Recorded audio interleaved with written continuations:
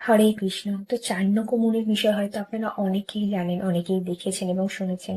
তো ভাবছি একটা এপিসোড শুরু করাই যাক, যে তার বলা কিছু কথা আসলেই শুরু করা উচিত। কারণ তিনি যে যে কথাগুলো বলেছেন না, একটা সাংসারিক জীবন হোক বা জীবনে যদি আপনি সঠিক মানুষ হতে চান, আপনার কোনো একটা লক্ষ্য সঠিক থাকে, তাহলে তার কথাগুলি আমাদের মেনে চলা উচিত। আমাদের একটা মানুষ বানায়, আমাদের প্রয়োজনীয় জিনিসগুলো তার বাণী থেকে আমরা জানতে পারি। তার জন্য চাণক্য নীতি জানা কিন্তু অত্যন্ত গুরুত্বপূর্ণ, এক প্রকার বলতে গেলে, ভক্তি জীবনেই হোক বা নর্মাল যে কোনো জীবনে।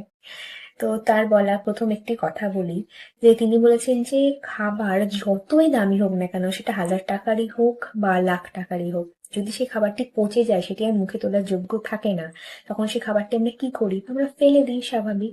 তেমনই একটি মানুষের যতই ডিগ্রি থাকুক না কেন, তার যোগ্যতা কিসে প্রমাণ পায়? তার মনুষ্যত্ব, তার বিবেকে, তার আচার এবং তার আচরণে। নাহলে সেই ডিগ্রি নিয়ে কিচ্ছু লাভ নেই।